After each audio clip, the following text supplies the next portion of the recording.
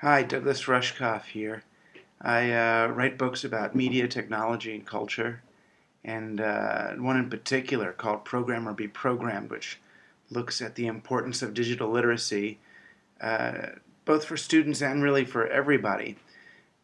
I'm here in a hotel room, traveling just like you are, I guess, to uh, help, you know, spread the word and these competencies, not just to students, but to those of us who are trying to teach digital literacy, which really is the 21st century primary capability at this point.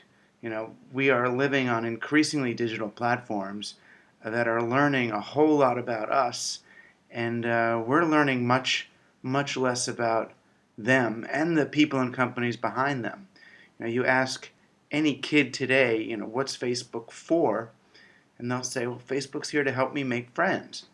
And if you go to the boardroom at Facebook, I promise you they're not sitting there talking about how are we going to help Johnny make better and more enduring friendships. They're looking to figure out how do we monetize Johnny's social graph. And Johnny and his parents don't even know what Johnny's social graph is. The data trail he's leaving behind him that's being sold to marketers and big data companies in order to predict what Johnny's going to do next with better accuracy than his parents and teachers and Johnny himself.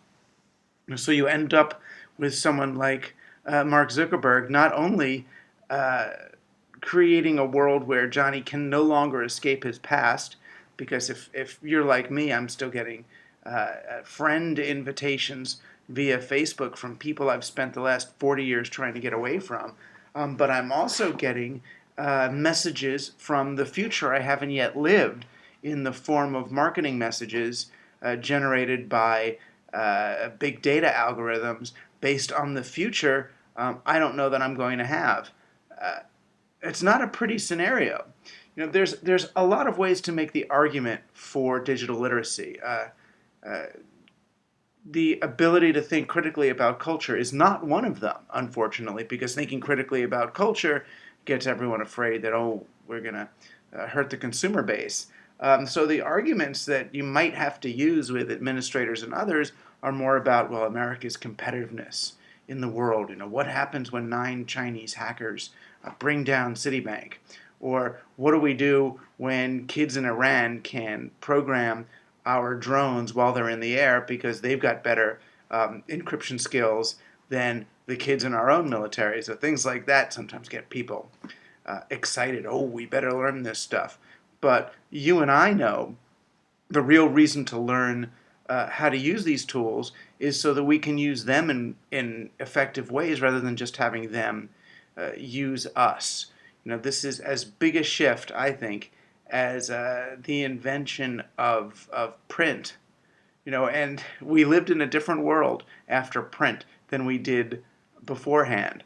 Unfortunately, it's one where mostly an elite was capable of actually writing, while everybody else worried about getting the skills to be able simply to read.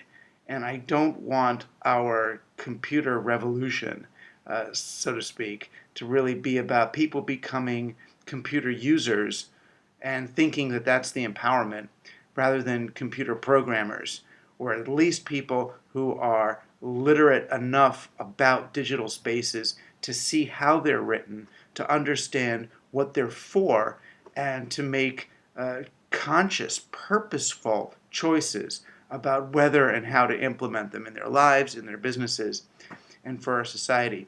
So thanks for what you're doing. I'm sure you're as tired and travel weary as I am, but we're on an important mission together, and I think we can actually make some real progress here. So take care and have a great conference.